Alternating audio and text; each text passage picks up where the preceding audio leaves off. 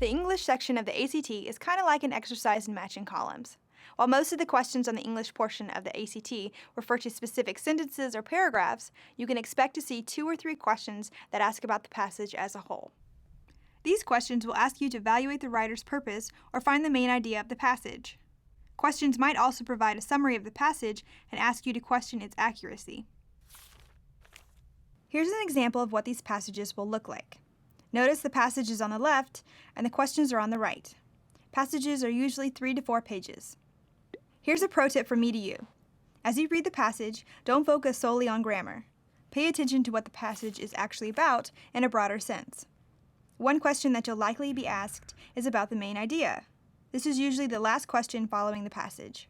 For example, you might come to a passage titled, President Kennedy, A Picture of Health. This title is likely a clue that you'll want to use.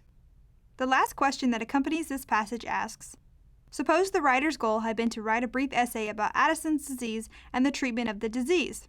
Would this essay fulfill that goal? You'll have 4 answer choices that say yes or no, followed by a reason.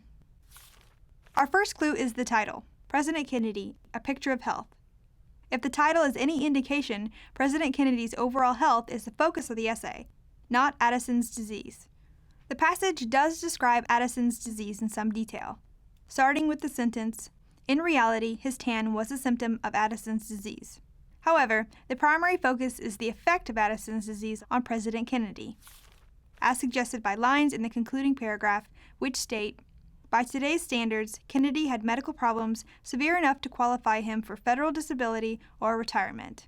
Nevertheless, he not only survived, but performed at the highest level. Okay, now let's go back to the question and answer choices. We can eliminate answer choices F and G that say yes. We just established that we don't know either of these assumptions. While this is not the main focus, the essay does describe symptoms of the disease, so eliminate answer choice J. The best answer is choice H, no, because the essay focuses on President Kennedy's health. Once in a while you get a question in the middle of a passage that asks if the underlined portion fits in with the style or tone described in the rest of the essay, or a question that relates to the passage itself, such as a character's final location or the last setting in a story. These questions are rare, but the ACT will clue you in that you should look to the end of the passage or the entire passage to find the right answer.